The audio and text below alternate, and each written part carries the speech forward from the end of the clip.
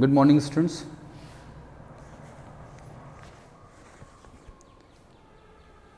In last lecture,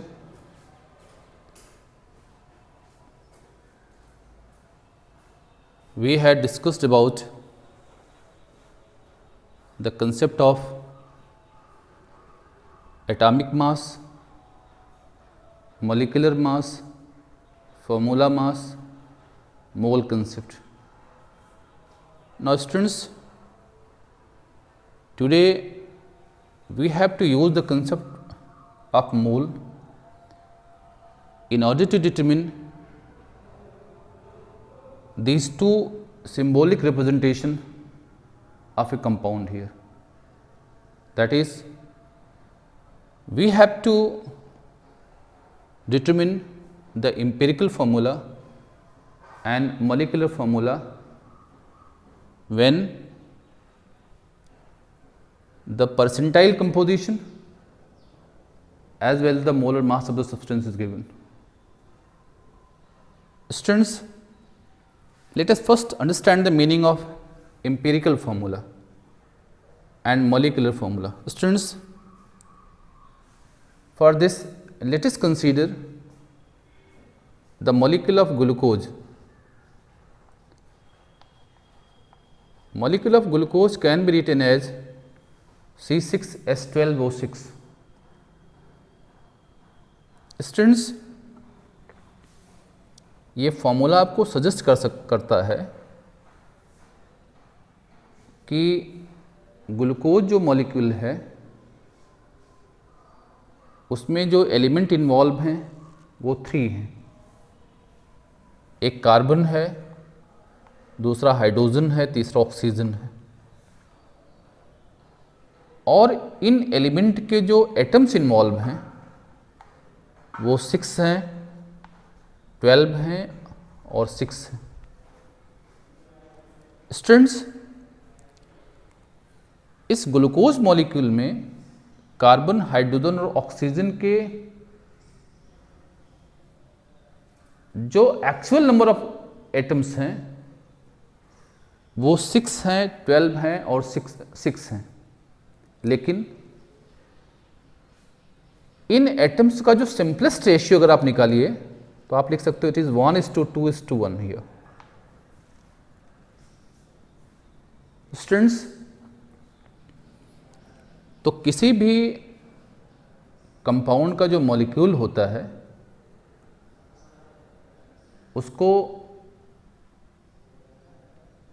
उसका 2 symbol हम लोग दे सकते हैं। एक जो सिंबल होता है जो उस मॉलिक्यूल में इन्वॉल्व एलिमेंट्स हैं उनके एटम्स का जो सिंपलेस्ट रेशियो रिप्रेजेंट करता है, और दूसरा वो सिंबल जो उस मॉलिक्यूल के कंपोजिशन में जो वेरियस एलिमेंट के जो एटम्स हैं उनके एक्चुअल नंबर को रिप्रेजेंट करता है। स्टूडेंट्स, जो फॉर्मूला वेरियस एलिमेंट के एक्चुअल नंबर ऑफ एटम्स को रिप्रेजेंट करता है उसको हम लोग मॉलिक्यूलर फॉर्मूला बोलते हैं। स्टूडेंट्स, और जो फॉर्मूला उस कंपाउंड में इन्वॉल्व जो एटम्स हैं, जो डिफरेंट एलिमेंट्स हैं, उनके एटम्स का रेशियो रिप्रेजेंट करता है उसको हम लोग एम्पिरिकल फॉर्मूला बोलते हैं।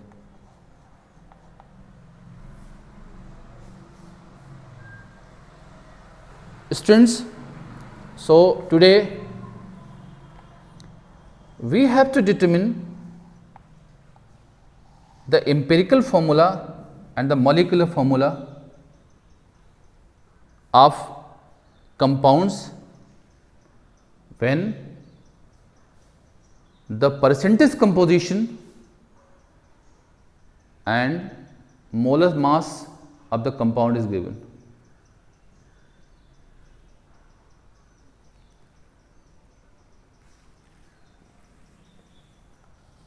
So, in order to explain the procedure which is used to determine the empirical formula and molecular formula compound. Let us take an example here. Students, let we have an organic compound in which the percentage of hydrogen is 4.07%, percentage of carbon is 24.27%, and percentage of chlorine is 71.65%, and the molar mass of the substance, molar mass of the compound is 98.96 gram per mole. Students, these are the information which is given to determine the empirical formula and the molecular form of the compound here. Students,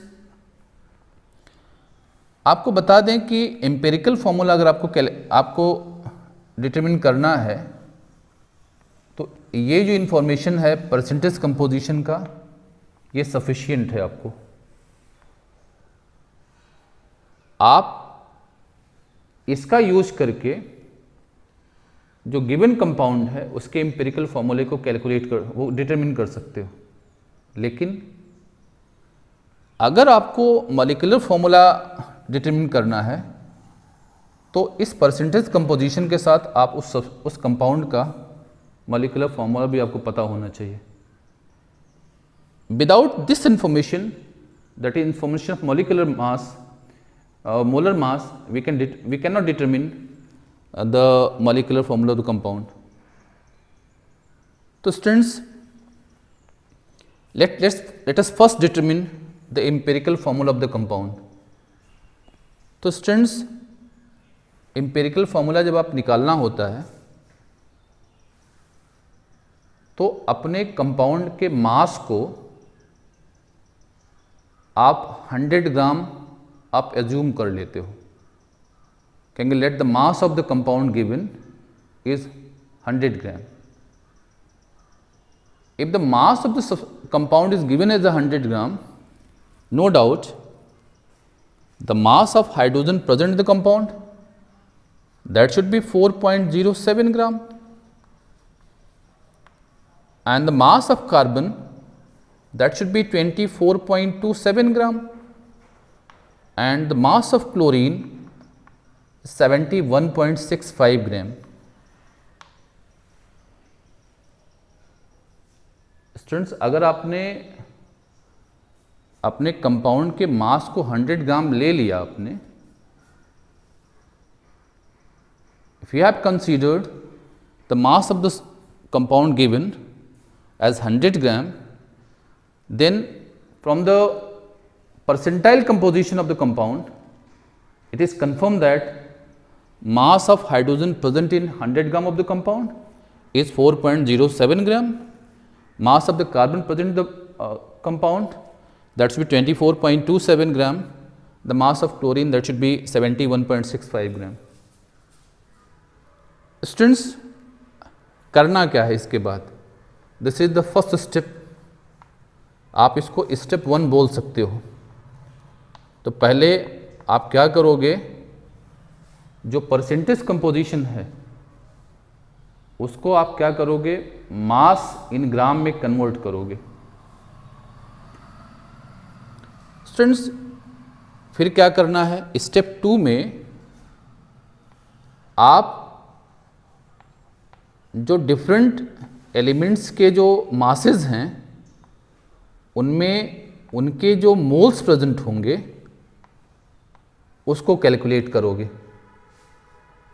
तो कल मैंने आपको idea दी थी इस बात की कि अगर मासेस गिवन हैं तो आप क्या करो, उनमें मोल्स कैलकुलेट करना है। तो यहाँ पर आपको करना ये होता है कि मास को आप उस जो एलिमेंट है उसके मोलर मास से आपको डिवाइड करना पड़ेगा। तो बेटे मान लो मोल्स ऑफ हाइड्रोजन आपको कैलकुलेट करना है, तो आप क्या करोगे, जो हाइड्रोजन का आपका मास है उसके हाइड्रोजन के मोलर मास से आप उसको डिवाइड कर दोगे। तो हाइड्रोजन का जो मोलर मास है ये है 1.008 gram per mole. The molar mass of hydrogen, this is 1.008 gram per mole. Likewise बेटे मोल्स ऑफ हाइड्रोजन को कैलकुलेट करिए। तो मोल्स ऑफ हाइड्रोजन अगर आप कैलकुलेट करेंगे तो आपको 24.27 ग्राम को 12 ग्राम से आपको डिवाइड करना पड़ेगा। आप डिवाइड करो तो आपको मोल्स ऑफ कार्बन आपको मिल जाएंगे, मोल्स ऑफ कार्बन एटम मिल जाएंगे। यहाँ पे मोल्स ऑफ हाइड्रोजन एटम आपको मिल जाएंगे। Likewise moles of chlorine atom आपको कैलकुलेट करना है, तो आपको करना क्या होगा, 71.65 को 35.5 से आप डिवाइड करोगे। It is the second step. Step 2 में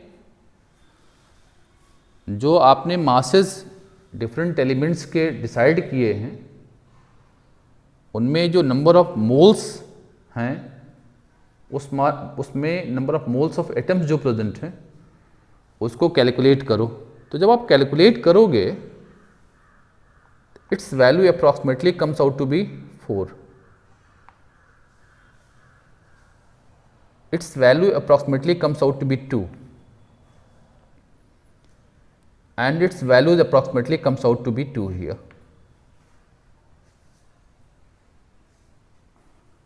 तो पता क्या लगा कि जो मास हमने लिया है हाइड्रोजन का, कार्बन का, क्लोरीन का, उनमें जो हाइड्रोजन, कार्बन और आपके क्लोरीन के जो मोल्स हैं दीज आर रेस्पेक्टिवली 4, 2 और 2 आपको मिले। स्टूडेंट्स, चूंकि एम्पिरिकल फॉर्मूला के बारे में आपको बताया, ये किसी कंपाउंड में जो डिफरेंट एलिमेंट के जो एटम्स हैं उनके रेशियो को रिप्रेजेंट कर, उनके सिंपलेस्ट रेशियो को रिप्रेजेंट करता है। तो स्टूडेंट्स हम करते क्या है अगले थर्ड स्टेप में, स्टेप थर्ड में आप करोगे तो जो हमारे हाइड्रोजन है, कार्बन है और जो क्लोरीन है इनके मोल्स का सिंपलेस्ट रेशियो कैलकुलेट करो।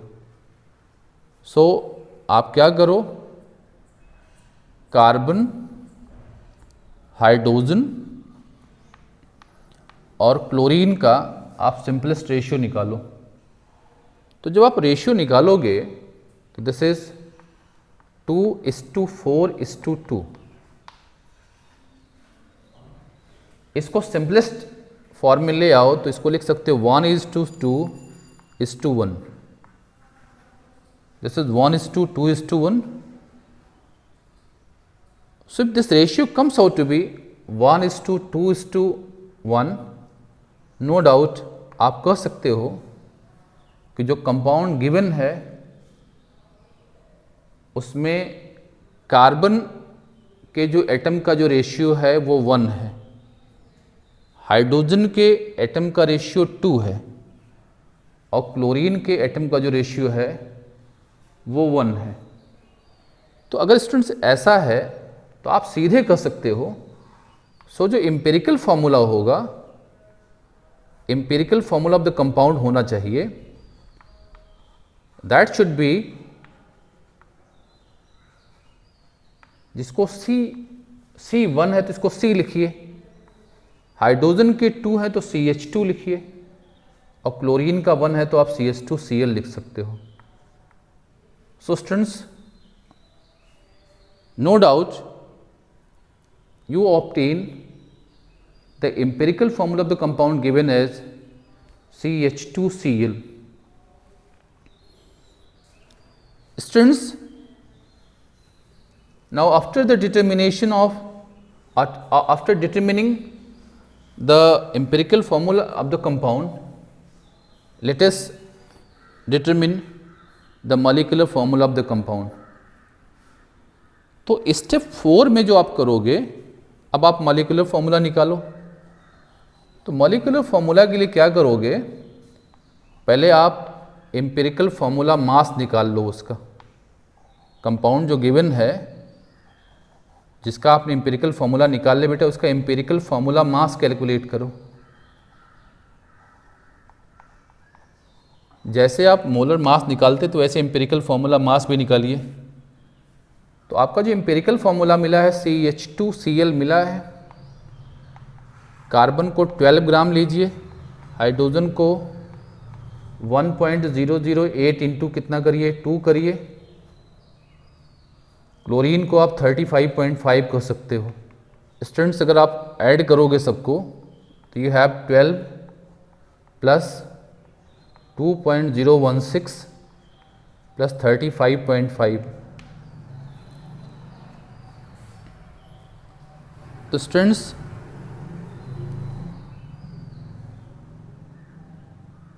(14) and 35, you have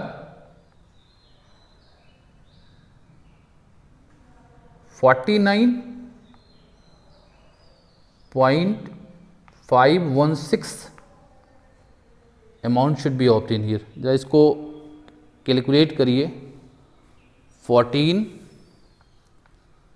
और 35.5, this way you get here 594, yes, 49.516 should be the empirical formula mass value of the compound।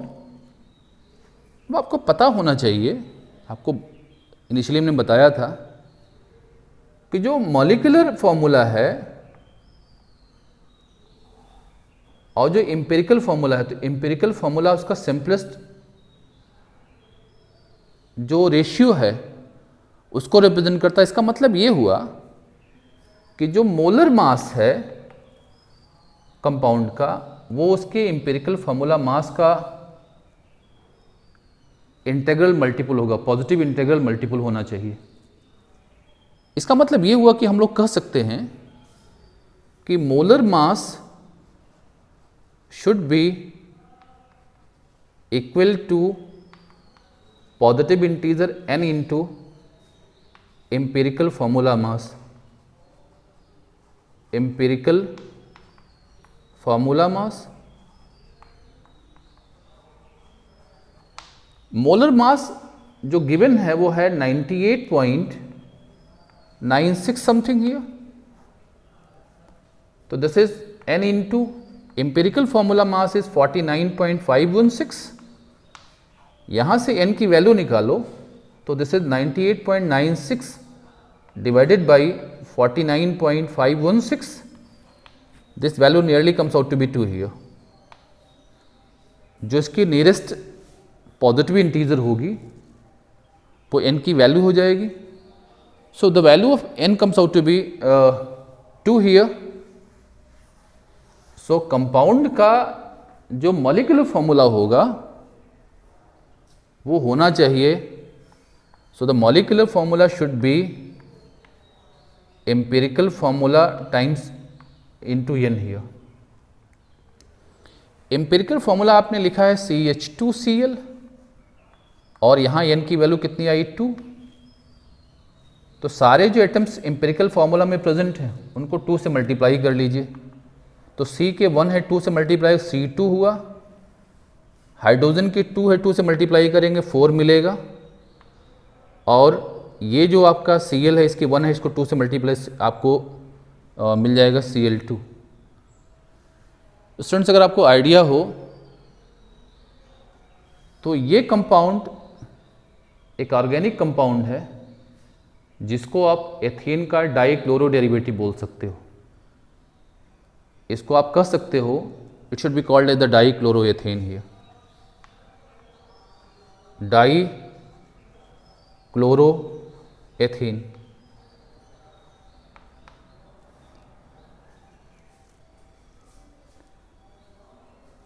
Students, let us consider another example.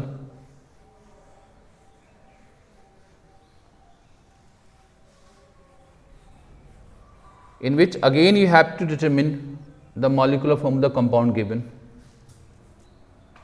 Students, let the percentage composition of compound given as C 57.8 hydrogen 3.6 and rest oxygen. अगर rest oxygen है तो बेटे यहाँ से क्या करना पड़ेगा, 100 से इसको आपको इन दोनों का जो सम है उनको माइनस करना पड़ेगा। दोनों का आप सम निकालेंगे तो मेरी समझ से ये 61.4 मिलना चाहिए आपको। 57.8 और 3.6, दिस इज 416, यस 61.4। अब आप 100 से 61.4 को माइनस करिए तो यू हैव 683। तो जो ऑक्सीजन का जो परसेंटेज मिला आपको वो मिला आपको 38.6। तो this is the percentage of carbon, this is the percentage of hydrogen and this is the percentage of oxygen. Students, तो जैसा मैंने आपको सजेस्ट किया अभी कि आप क्या करो, मॉलिक्यूलर फॉर्मूला अगर आपको निकालना है तो पहले अपने जो कंपाउंड जिसका मॉलिक्यूलर फॉर्मूला आपको निकालना है उसके मास को आप 100 ग्राम ले लो। तो आप लिखोगे let us consider the mass of the compound given as 100 gram. The mass of the compound given as 100 gram, no doubt the mass of carbon present in 100 gram of the compound can be taken as 57.8 gram.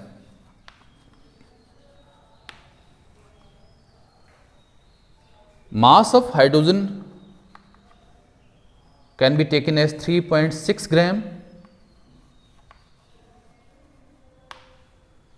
and the mass of oxygen can be taken as 38.6 gram.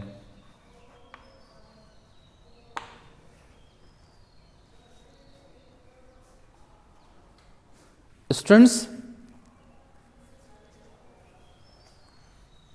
अगर ये इनके masses हैं तो जैसे पहले आपसे हमने किया है उसी तरह से आप क्या करो, स्टेप 2 में ये हमारे जो डिफरेंट एलिमेंट्स के जो मासेस हैं इनमें इनके मोल्स ऑफ एटम को कैलकुलेट करिए।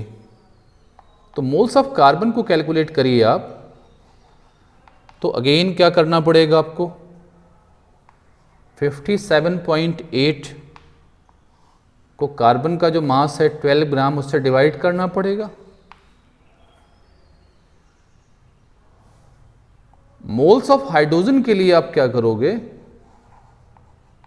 आपको 3.6 को 1.008 से डिवाइड करना पड़ेगा और ऑक्सीजन का जो मोल्स आया आपको, मोल्स ऑफ ऑक्सीजन जो आएगा उसको 38.6 को आपको 16 से आपको डिवाइड करना पड़ेगा। स्टूडेंट्स, आप इसको अगर डिवाइड करो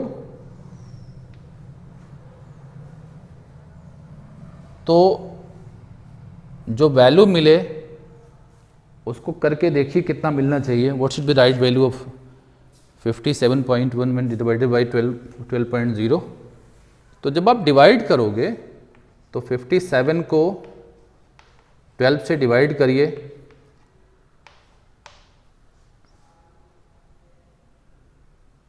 this is 4 times 48. If this is 48, this is 8, this is 9. So we have 98 ये मिला आपको। अब आप क्या करो,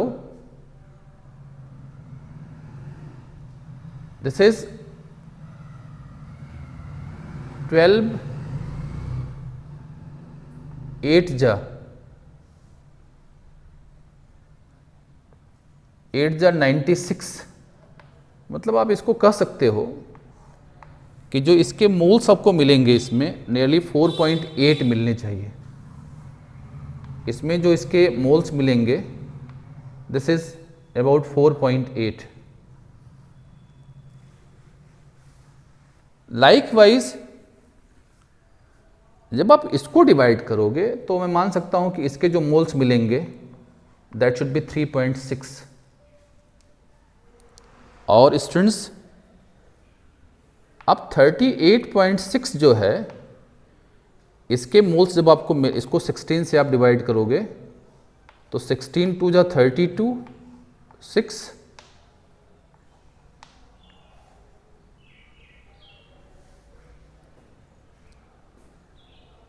तो ये 2.4 के आसपास मिलेगा आपको।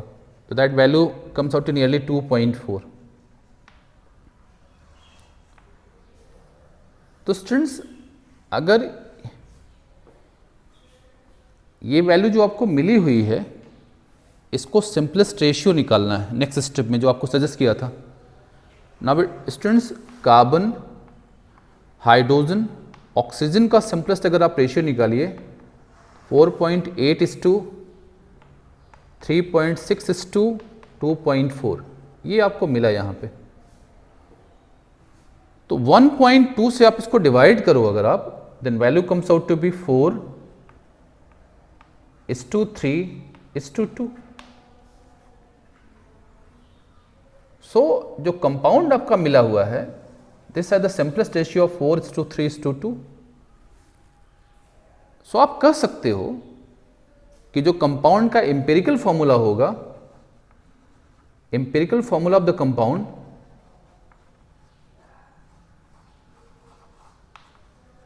उस फॉर्मूले में कार्बन के 4 एटम्स आएंगे तो C4 हो जाएगा, हाइड्रोजन के 3 एटम्स आएंगे H3 हो जाएगा, ऑक्सीजन के जो एटम्स आएंगे वो O2 हो जाएगा। In this way you get C4H3O2 as the empirical formula of the compound. Now after this let us calculate the empirical formula mass of the compound. Empirical formula mass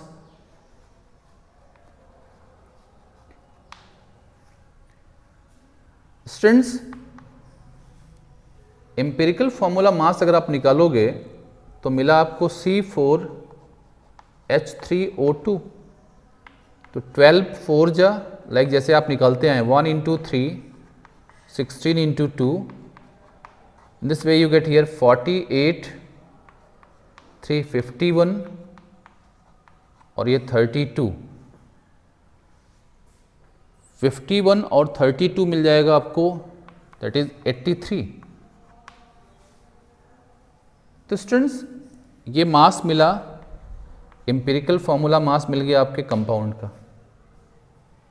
तो जो आपको suggest किया था सो पता है जो मॉलिक्यूलर मोलर मास है that should be positive integral multiple of empirical formula mass.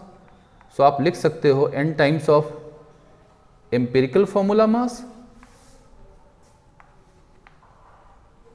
Formula mass, और आपने यहाँ पर मोलर मास जो गिवन 166 है, this is n into 83, n की वैल्यू निकालोगे 2 मिलेगी आपको। सो कंपाउंड का जो मॉलिक्यूलर फॉर्मूला होगा वो उसके एम्पिरिकल फॉर्मूला इंटू 2 के बराबर होगा। सो आप करो तो यहाँ एम्पिरिकल फॉर्मूला आपको मिला है C4H3O2। सारे जो एटम्स हैं डिफरेंट एलिमेंट को उसको 2 से मल्टीप्लाई करिए तो आपको पास जो मिलेगा C8H6O4। That should be the molecular formula of the compound given. Students, try to take some other examples in order to explain this idea of determination of empirical formula and molecular formula of a compound when percentile composition and the molecular formula of the compound is given. Thank you.